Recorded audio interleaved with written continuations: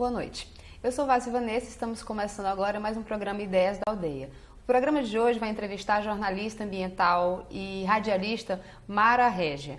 A Mara ela tem um programa que se chama Natureza Viva e está no ar desde 1993, transmitindo para 9 estados da Amazônia Legal um programa não só de informação, mas também de formação, voltado principalmente para as populações tradicionais da região. Boa noite, Mara. Muito boa noite, é um prazer enorme estar aqui na TV Aldeia, essa experiência que, de uma certa forma, está revolucionando aí a comunicação no Acre. E é bom demais a gente se sentir fazendo parte dessa tribo. Ah, Mara, que bom. Eu queria começar, Mara, inclusive, já que você citou a TV, que a gente está agora passando esse programa para as 22 cidades, né, daqui do estado, eu queria puxar por essa questão. Qual é o grande desafio assim, de fazer comunicação numa região como a Amazônia, que é uma região tão diversa e com distâncias muito difíceis, às vezes, de serem transpostas, né, de serem vencidas? Qual é o desafio de fazer comunicação numa região assim? É fazer uma comunicação diferente, né? Uma comunicação que inverta a teoria da comunicação, inclusive a Agenda Setting, né? Que a gente sabe é a grande pauta que todos os veículos estão falando. Então, é inverter a mão. Ao invés da gente presunçosamente acreditar que nós temos muito a informar, deixar que o direito à comunicação, que está inclusive na Constituição, o artigo 5º, seja exercido por essa população que tem o direito não só de ser informado, mas principalmente o direito de informar. Então eu acho que o grande salto de qualidade, a gente vê isso no trabalho que vocês estão desenvolvendo na TV Aldeia, é justamente inverter a mão, fazer com que esses rostos da floresta, essa comunicação pública, né, que devia ser assim um norte para o Brasil, literalmente, né, pudesse vingar. E no rádio, porque na televisão é tudo um pouco mais complexo, né? Mas nessa comunicação radiofônica que é tão íntima, né? Assim, tão próxima, basta um fio de telefone que a gente coloca as vozes todas no ar. Esse trabalho, ele se cristaliza de uma forma muito interessante, né? Tanto assim que a gente, através do Natureza Viva, fez a formação de várias maritacas e também repórteres beija-flores, né? Esse é o nome que a gente está dando a cada segmento, né, as de projeto. Seriam as repórteres populares, é Exato, isso? Tanto as maritacas quanto as beija-flores. Aliás, os beija-flores, as beija-flores, né? Quer dizer, aliás, não existe beija-flor, as beija-flores, são os beija-flores fêmeas, né? Então, mulheres que estão no arco do desmatamento e homens também, que estão aí fazendo um trabalho de conservação da natureza, apostando em técnicas agroecológicas, e esse é um papel fundamental da comunicação, que é pegar essa experiência que está ali, de repente, no bico do papagaio, e fazer com que ela se repita em Rondônia, aqui no Acre. Uma vez a gente estava distribuindo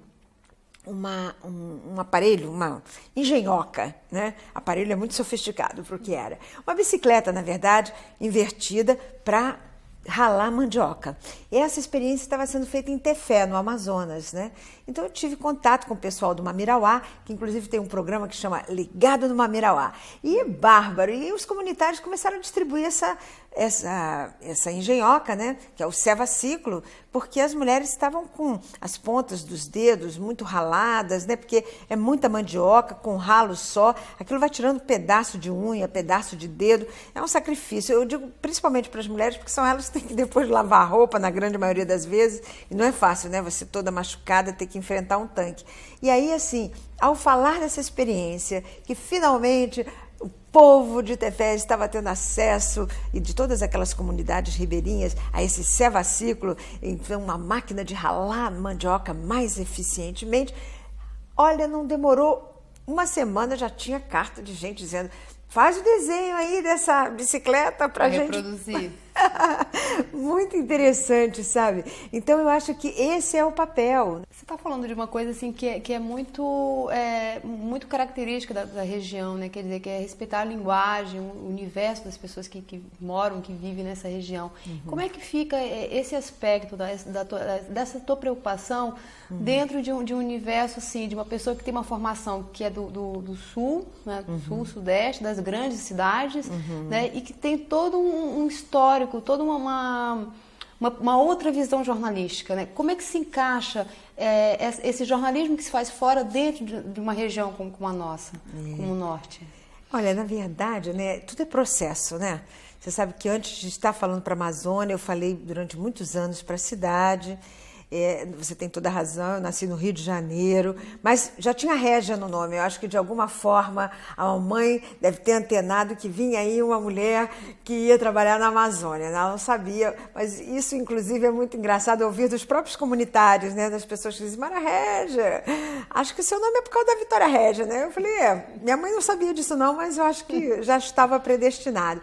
Eu acho que o trabalho é muito dessa construção, né? Você vai testando daqui. Eu, por muito tempo, usei uma linguagem absolutamente inapropriada para a região.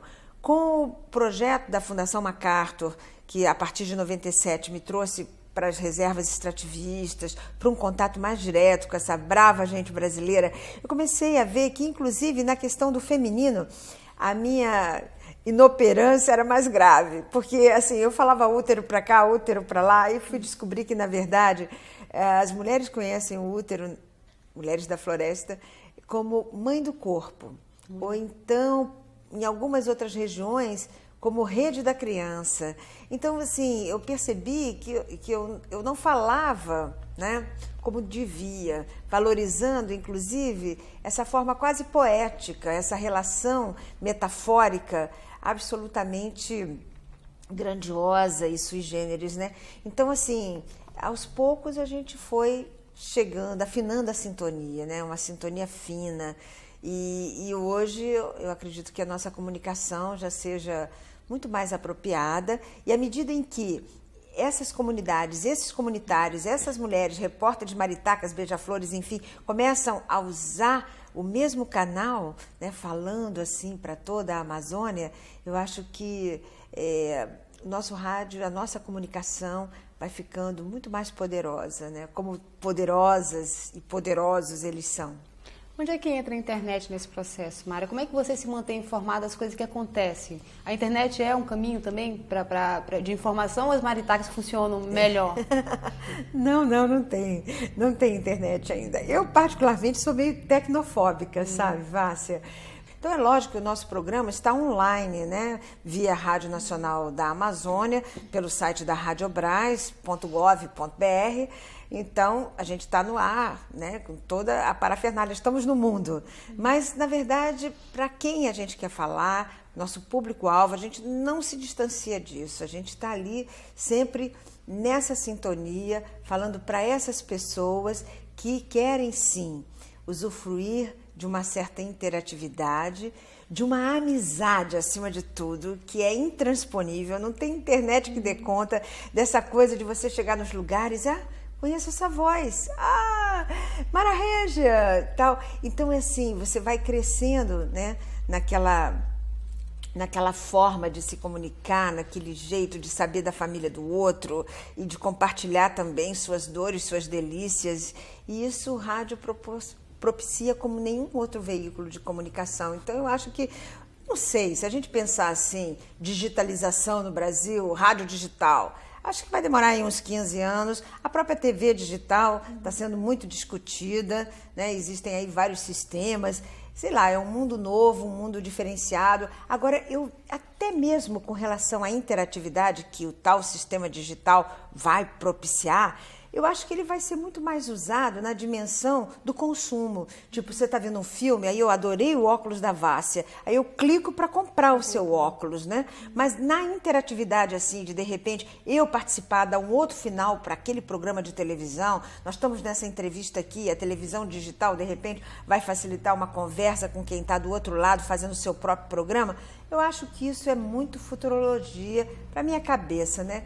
Enfim, e acho que para a cabeça de muitas pessoas que ainda não se aperceberam do tamanho desse desafio, né? E a gente percebe hoje em dia que para as pessoas que já têm com mais facilidade os recursos da tecnologia, existe uma pressão muito grande da informação, é muita informação. Pensando nisso daí, você acha assim, que esse suposto atraso, entre aspas, da Amazônia, quando não tem a internet com tanta facilidade como nas outras regiões, você acha que isso vem a ser realmente um aspecto negativo? Não. Ou não? Eu acho que é uma vantagem, porque quanto maior o volume, mais descartável é o produto que você está consumindo, né? Então, assim, imagina, eu já li que daqui a mais 5 anos, o conhecimento todo da humanidade vai mudar de 29 em 29 dias, tamanha a velocidade, né? Aí você imagina que loucura, né? Então, veja bem, com esse acesso e essa coisa tão descartável, né, que você... Notícia se confundindo com fofoca, né? Porque no bojo de tudo isso que você está sabendo do mundo aqui e ali, não adianta nada você saber, né, quem matou, quem morreu, se você não tem tempo de absorver qual é o impacto que aquilo vai ter na sua vida. Então, eu acho que bendita TV Aldeia, Rádio Aldeia, que bom que nós fôssemos efetivamente a tal aldeia global de McLuhan, porque, na verdade... O que se percebe é que a gente não pode perder essa conexão. Tolstói já dizia, se queres cantar ao mundo, falar para o mundo, canta primeiro a tua aldeia, né? Quer dizer, não interessa, sabe? De repente, para uma pessoa que está vivendo aqui na Amazônia, saber tanto, né, de uma notícia que não tem um link direto com a sua sobrevivência, dela, né? Com a realidade dela. Então, é isso que a gente tem que buscar incessantemente e aprofundar isso num trabalho que só se efetiva na medida em que você vai até onde o povo está, né? Então... Mara, o rádio ainda é o meio de comunicação mais usado na Amazônia, né? E com alcance enorme. Pela tua própria experiência, você sabe disso, né? Natureza Viva é um programa que não só está informando, como também está ajudando a formar as comunidades, né? As mulheres organizadas, as associações, enfim. E como é que surgiu a ideia do programa? Na verdade, Natureza Viva é um projeto, não é um programa de rádio. É um projeto que se insere dentro de uma conjuntura que foi muito favorável pós-Eco 92, né? Para que a gente pudesse aproveitar aquele momento para buscar uma conexão com os povos da floresta através desse veículo poderoso que é o rádio, e assim continua, até porque, veja bem, a morte do rádio, desde o advento da televisão em 1950, foi decretada. E cada vez ele tá mais fortalecido, porque justamente ele propicia, por ser, inclusive, um veículo muito barato, pena que ele paga mal também, mas assim, por ser muito barato, por ser muito fácil, né, sua utilização, o que acontece? Ele propicia um trabalho voltado para a educação. Porque água mole em pedra dura, tanto bate até que fura. Então você vai ali todo dia, naquele mesmo horário. Olá, minha amiga, meu amigo, que bom que você está aí nessa floresta. Nós estamos aqui, olha, junto com você, navegando os rios da Amazônia nas ondas do rádio. E eu quero muito que você hoje, né, preste bem atenção o que está acontecendo com a castanha lá no Acre. De 5 para 15 reais. Por que isso aconteceu? O movimento está organizado, os seringueiros estão em festa, e olha só, de repente esse preço, quem sabe aí no Amapá você não consegue sair dos R$4 para sua castanha, né? Então aí você começa... Vai contextualizando também. Vai contextualizando, e justamente esse era o foco, né? E continua sendo, do projeto. O projeto nasceu para testar o calendário de caça do Acre, para ser um canal efetivo para as lideranças rurais na Amazônia, né? Canal de comunicação, e para promover a educação ambiental com ênfase no desenvolvimento sustentável. Então, naquela oportunidade, eu estava banida, porque eu era funcionária da Rádio Brás, mas com o advento do governo Collor, eu fui caçada. Até porque, na época, eu tinha uma proposta política, então, assim, fui logo identificada como uma liderança indesejável naquele contexto. E aí, o WWF Brasil, aliado ao GTA nessa parceria para fazer o projeto, me convidou para fazer justamente a parte natureza-mulher, impacto meio ambiente no corpo feminino, né? E aí os anos foram passando e a gente foi assumindo outras esferas do programa e ele hoje se consolida como uma experiência de sucesso no campo da educação ambiental, porque essa coisa do todo dia, de você estar lembrando, lá para as tantas vem uma carta de uma pessoa dizendo: Mara Régia, olha só o que aconteceu, meu marido foi para a mata, me volta com a arara aqui, muito linda, mas azulzinha, parecida com aquela que você falou que está acabando, né? Aí eu falei: me volte com essa arara lá para a mata, porque essa está acabando. Tem que casar, tem que fazer filho, deixa ela lá, bota aqui não. Então, assim, vale a vida, entendeu? Quer dizer, se você consegue efetivamente uma mudança de comportamento, sabe? Agora mesmo, por exemplo, nós estamos fazendo a distribuição de uma semente de moringa. A moringa, para quem não sabe, é uma planta de origem da Índia, né? Ela veio da Índia e ela tem propriedades inacreditáveis. Ela tem mais vitamina do que cenoura e ela consegue fazer uma coisa que é absolutamente fantástica. Você pega 6 sementes dela, esmaga dentro de 2 litros de água de barreira, aquela água suja, cheia de coliformes fecais, aquela coisa toda, e ela faz a decantação e ela mata 99% de todos os coliformes fecais. Ela purifica a água, fica cristalina, como essa aqui, que eu até vou beber um pouquinho. Então, a moringa é maravilhosa. Então, de tanto eu falar, você não acredita. Só no mês passado eu distribuí mais de 500 sementes de moringa para essa população que está plantando. Do Maranhão ao Acre, está todo mundo plantando moringa e tentando fazer daquela lavagem o seu feijãozinho, entendeu? Tomando aquela vitamina A. Então, eu acho que a grande revolução, acho que assim, o mundo maravilha, tá certo, a gente está aí com as tecnologias, satélites, estamos chegando a Marte, que coisa incrível, estamos provando e contestando todas as teorias, né, numa velocidade estonteante, mas assim, em termos da nossa realidade, a gente tem que trabalhar mesmo a grande revolução, que é saneamento básico, né, Vássia? Pelo amor de Deus. Então é assim, são hábitos de higiene, né, a consciência de pertencimento, dessa coisa de que eu faço parte, né, desse mundo maravilhoso e eu preciso dessa floresta para ficar em pé. Mara, são 10 anos de programa, você com certeza aprendeu muita coisa e ainda vai falar aqui com a gente. A gente vai fazer um rápido intervalo e o Ideias da Aldeia volta já já.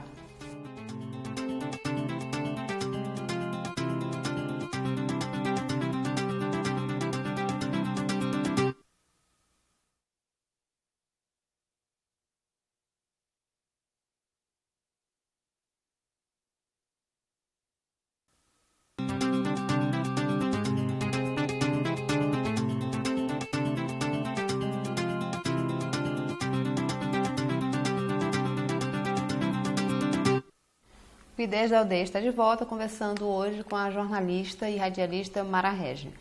Mara, a gente estava falando no último bloco sobre, entrando mais na questão da natureza viva mesmo. É um programa assim que você tem conseguido agregar, além das técnicas jornalísticas, né, um olhar, uma visão muito característica da região, né, da Amazônia. Que importância tem isso na tua vida? Olha, acho que mais importante do que isso são os meus filhos. Na verdade, eu acho que, acima de tudo, é o aprendizado, né? Eu acho que é o contato mesmo com as pessoas que fazem e acontecem, que são responsáveis até pelo que a gente come, né? Então, eu acho que essa dimensão, ela te aproxima de um processo que passa pela consciência, enfim, o jornalismo social, né? E toda vez que você tem provas da eficiência dessa comunicação, seja com a resposta imediata que você recebe, 500 cartas pedindo sementes de moringa para plantar no quintal, né? Ou quando você fala, uma vez eu entrevistei a jornalista Sônia Hirsch, que tem uma vasta experiência na área de alimentação, né? E ela faz uns livros realmente muito curiosos e um deles é inhame, que ela distribui gratuitamente, sabe? Então, coma inhame. E aí nós falamos muito sobre as propriedades do inhame, que inhame é que é comida de amigo, porque batata é de inimigo, né? Porque parece que a batata, ela tem, assim, alguns pontos muito fracos, né, para a nossa alimentação, para o nosso bem-estar. E aí, de repente, eu recebo uma carta de uma pessoa dizendo assim, eu ouvi aquela entrevista, plantei inhame no meu quintal. Eu falei, nossa, Sônia, você está fazendo uma revolução aqui no nosso rádio, as pessoas estão plantando inhame. Ela falou, não, revolucionária é essa pessoa que ouviu e que está plantando, né? Então, essa coisa de você sentir que, de repente, uma menina de 12 anos escreve para você em Brasília para dizer, pelo amor de Deus, eu queria socorro porque meu pai já está querendo me vender pela terceira vez. Me vendeu a primeira vez aos 9 anos para um paraguaio de 58 anos, depois descombinou, não recebeu o dinheiro que lhe era devido, então me tirou de novo das mãos do paraguaio, me vendeu para um cachaceiro e agora eu estou em vias de ser vendida de novo, por favor, me ajude de alguma forma. Então, quando você pega cartas de denúncia dessa natureza, né, e vai atrás, e através de uma rede de solidariedade, você chega até o desfecho final, quando essa menina é finalmente adotada pela professora da escola, né? Isso realmente aconteceu. Isso realmente aconteceu, né? A gente tirou a guarda do pai dessa menina e tirou de uma situação de risco os irmãos menores que também estavam indo para o mesmo caminho, né? Então aí você vê a abrangência desse rádio, né? E assim, por ele ser tão democrático, né? Porque o que mais me fascina no rádio é o fato dele ser democrático, porque mesmo para essa população que não pôde estudar o ABC, que não pôde aprender a ler e escrever, tem voz através do rádio, porque aí, assim, se é num jornal, é impossível você escrever uma carta, né? Se é, de repente, através da televisão, você realmente fica um pouco apreensivo, porque vai lidar com um veículo que é muito sofisticado, no fim das contas, né? Só da gente estar aqui, frente a câmeras, luz, ação. Então, é um negócio que complica um pouco. No rádio, não. Como a gente tem aquela coisa de falar, e aí, já bebeu o seu copo d'água? E aí, querida, tá tudo bem? Uma escreve dizendo, boto você para falar no pau mais alto aqui do meu curral e olha, pena que naquele dia, aquele recado que eu mandei você dar pro meu marido, foi bem na horinha que ele saiu. Repete aí para mim, pelo amor de Deus. Então, assim, quer dizer, você vai construindo isso, porque seja através de uma cartinha que pede para a vizinha escrever, e seja através do telefone, para as comunidades que têm acesso a um orelhão da vida, você consegue interagir. E mais do que isso, trazer resultados concretos a esse jornalismo feito em torno de um Brasil que o Brasil não vê. Porque Milton Nascimento já canta numa música que eu gosto muito, a novidade no Brasil não é só litoral, é muito mais do que Zona Sul. Então é isso, de repente, tem muita coisa espalhada por esse Brasil do que, sabe, o Baixo Leblon ou a Paulista, a Avenida Paulista em São Paulo, né? E, infelizmente, toda a comunicação, salvo Brasília, que fica com a questão política, se dá em torno dessas megalópolis, digamos assim, né? E é muito, assim, triste, né? Quando você, de repente, se depara com uma situação que vai corroendo pouco a pouco o que a gente tem de mais genuíno, o que a gente tem de mais Brasil, que é essa coisa bonita que a TV Aldeia está mostrando, né? Eu fico, assim, absolutamente enternecida de ver o trabalho que vocês estão fazendo, porque, na verdade, você está vendo aqui as populações indígenas, os povos da floresta mesmo, tendo vez, tendo voz, tendo a sua imagem resgatada, né? Essa autoestima, essa valorização. Que bom que a gente pertence à floresta, como somos, assim, raiz, como somos tronco para essa terra Brasília, né? Então, eu acho que isso é fundamental. Então, eu acho que na dimensão do jornalismo social, eu encontrei a minha razão de ser e a razão do meu fazer, sabe? Cara, como fazer jornalismo social num mundo assim que é muito regido pela coisa do mercado? Né? Quer dizer, como é que você consegue colocar no ar um programa que tem o tempo que tem, né? Eu sei que ele é vinculado pela Rádio Brás, né? Um canal público, né? E pensando que existe toda uma rede de interesses, né? Que também entra no jornalismo. Quer dizer, ele só funciona porque está num canal público? Não tem espaço? Eu acho que Talvez até tivesse. Acho difícil, porque você falou bem, né? A questão do mercado determina os interesses das emissoras comerciais. Infelizmente, no Brasil, são apenas 9 famílias que se beneficiam desses meios de comunicação, que, diga-se de passagem, são uma concessão do governo brasileiro, portanto, pertence a todos nós, né?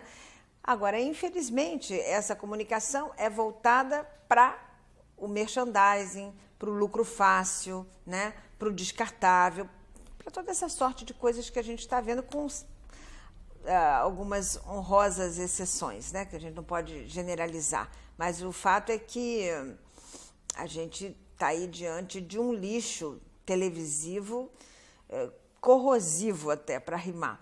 Agora, eu acho que se não fossem esses canais, esses veículos como a TV Aldeia aqui e a Rádio Brás, que é um sistema de radiodifusão, que agora começa, inclusive, a ter uma discussão interna para uma relação editorial que contemple justamente esse cidadão, essa cidadania que a gente quer ver florescer no Brasil, aí seria tudo muito difícil. Eu acho que esse trabalho consequente, esse jornalismo social, ele só consegue emplacar na dimensão do que a gente faz, porque não é só você fazer uma matériazinha e ali foi lá, mostrou, fez, teve esse ou aquele desdobramento, não. É você transformar o veículo num canal efetivo de comunicação para aquela comunidade, né? Quer dizer, saber que, poxa, eu sou dono desse espaço, né? Esse aqui é o meu pedaço. Então, eu acho que essa é a dimensão que a gente não deve perder de vista e que a gente deve trabalhar cada vez mais para essa consciência de que tudo que está no ar, em princípio, pertence a todo o povo brasileiro nos limites dessa grande fronteira que é o Brasil. Agora, vamos ver se essa consciência, a partir de iniciativas como a TV Cultura de São Paulo, como a TVE do Rio de Janeiro, como a TV Aldeia aqui no Acre, como a TV Nacional lá pela Rádio Brás e outras mais, começam a formar um caldo de consciência e consiga provar, inclusive, a insustentabilidade de uma comunicação que não tem, na verdade, se você for analisar bem, uma representatividade nacional, para a gente poder dizer assim, né? Porque o que você vê na TV, eu não me vejo na TV, acredito que a grande maioria das pessoas não se veja na TV, e eu acho que efetivamente fica nisso, fica naquele grande ciclo Rio-São Paulo. Você vê programas que elegem meia dúzia de pessoas para estarem dentro de uma casa, com hábitos e um merchandising que é quase que agressivo, né? Porque descaradamente você está vendo ali emplacar N produtos, da cafeteira a, sei lá, nem sei bem porque eu não assisto muito, mas enfim, a todo momento você flagra, né, essas situações. Então, é lamentável, porque um país como o nosso, que precisa de tanta informação, precisa sim para a saúde, para a educação, né, para a cidadania como um todo, orientações mesmo, não é? A gente não pode se dar o luxo de desperdiçar um minuto, um segundo sequer, né? E a gente faz isso aos borbotões. Mara, o Natureza Viva acabou, como você mesmo estava me dizendo, né, se transformando muito mais do que um programa, mas um espaço de formação, né, ambiental, de formação na questão de gênero, né, com oficinas. Uhum. Como é que foi se dando esse processo e que importância isso tem? Isso está um pouco mais lá atrás, né? Porque nos anos 70 eu vinha de uma experiência fora do Brasil, a ONU tinha decretado a década da mulher, então começamos a ser um tema e gênero entrou na pauta da ONU, e entrando na pauta nós começamos a ser pesquisadas nas nossas especificidades, e daí nasceu um programa de mobilização social que foi o Viva Maria, que durante 12 anos esteve no ar através da Rádio Nacional AM de Brasília.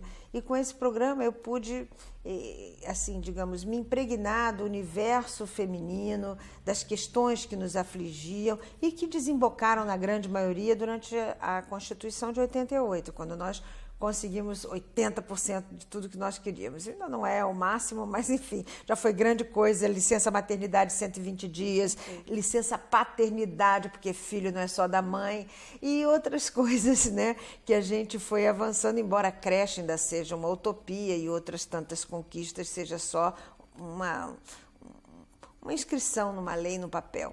Agora, a partir daí, né, a gente começou a evoluir para a questão de gênero nas relações, quando nasce o Natureza Viva, nas relações das mulheres com o meio ambiente na floresta, principalmente. E aí que foi o grande achado, porque covardemente, diante dos impactos, né, que o meio ambiente oferece, seja através do veneno, por exemplo, quando a mulher vai para o campo e ela vai lidar com veneno, ela é contaminada duplamente, porque o marido pulveriza, ela também, mas ao chegar em casa, ela é quem lava a roupa e ela vai de novo entrar em contato com esse produto, depois ela vai lavar a terrina, onde ela dissolveu ali aquele material, e com isso ela vai se contaminando com problemas que são absolutamente sérios para a sua saúde, né? Se desdobram em questões bastante graves, né? Então, se, por exemplo, é uma quebradeira de coco que carrega quilos e quilos de castanha no lombo e de repente senta ali naquela palha molhada o dia inteiro com aquela umidade, né? Então, o que acontece? Ela é mais sujeita àqueles fungos, aquelas vulvovaginites, né? Tanto que eu descobri numa comunidade lá em Tocantins, mulheres que usam, inclusive, uma boneca de sal dentro da vagina, que é o mesmo princípio de salgar a carne para não estragar, para justamente se defenderem das doenças sexualmente transmissíveis, né? Então, aqui e ali você vai vendo, né, como existe essa conexão. Encontrei mulheres também da Reserva Aquariquara que fazem pílulas lá em Rondônia, pílulas de argila quando estão fora de casa. A gente estava fazendo uma oficina e uma delas fez uma pilulinha, como ela falou. Eu falei, mas para que essa pilulinha? Ela falou, não, a gente tem que comer a terra de onde a gente está, quando a gente está longe de casa, que é para a gente não adoecer enquanto estiver fora, né? Então, elas ainda têm, assim, relações de pertencimento, coisas para a antropologia, não é muito para o jornalismo, não, mas, de qualquer forma, nos dão a dimensão do quanto essas populações amazônicas ainda estão conectadas, né? A sabedoria popular mesmo, para passar milênios, né? Com a herança cultural, com tudo isso que a gente não pode deixar acabar. Então a gente tem que ter um canal para escoar tamanha sabedoria, né? Porque isso é a nossa integridade. Eu acredito que a hora que a gente não der mais conta de preservar isso, é como o próprio meio ambiente, entendeu? A gente vai se esfacelar junto, sabe? Sem dúvida. Mara, você foi ano passado uma das mulheres brasileiras indicadas ao Prêmio Cláudia, né? Isso, sem dúvida, é um reconhecimento a todo esse trabalho, não só na questão mesmo do jornalismo, mas principalmente em tudo isso que você está falando, da formação, da conversa com essas mulheres, da proximidade com esse universo tão distinto, tão diferente, né? Como é que você vê essa indicação? Isso mudou alguma coisa na tua vida? Assim, facilitou mais o teu trabalho? Abriu portas? Enfim. Olha, assim, um prêmio é sempre um prêmio, né? Assim, vaidade, tudo é vaidade, fogueira das vaidades. É claro que isso não é levado a extremos, mas assim, é muito bom depois de tanto tempo, né, de um trabalho no rádio que tem dado alguns bons resultados, né? A gente vê esse trabalho reconhecido nacionalmente por um outro público que efetivamente, né, vai entrar em contato, inclusive, com esse universo ao ler um pouco das matérias, do trabalho que a gente está fazendo. Então, se a gente, através desse prêmio, tiver levado alguém a sintonizar a Rádio Nacional da Amazônia, ou a Difusora Acreana, ou mesmo, enfim, qualquer outro canal via internet no Natureza para ouvir essas vozes da floresta, já terá valido muito mais do que a festa que foi maravilhosa lá em São Paulo, e o troféu e essa coisa toda que a gente recebe como reconhecimento, né? Então, assim, eu fiquei muito contente de estar ao lado de pessoas que também desenvolvem um trabalho muito consequente, mulheres, enfim, que fazem a diferença e que estão tentando mudar a cara do Brasil, né? Mara, eu queria agradecer a tua presença. Foi muito bom conversar contigo aqui e estamos torcendo para que esse trabalho continue, né? E que amplie ainda mais. Pois é, ideias no ar, né? No olhar, enfim, no coração das pessoas que nesse momento estão participando dessa nossa conversa. E eu espero que a gente faça brotar alguma no coração, né, das pessoas que começam a despertar para uma nova consciência, porque é dela que vive, inclusive, o nosso futuro. Com certeza. Muito obrigada, Mara. Boa noite. O programa Ideias da Aldeia vai ficando por aqui. Até a próxima.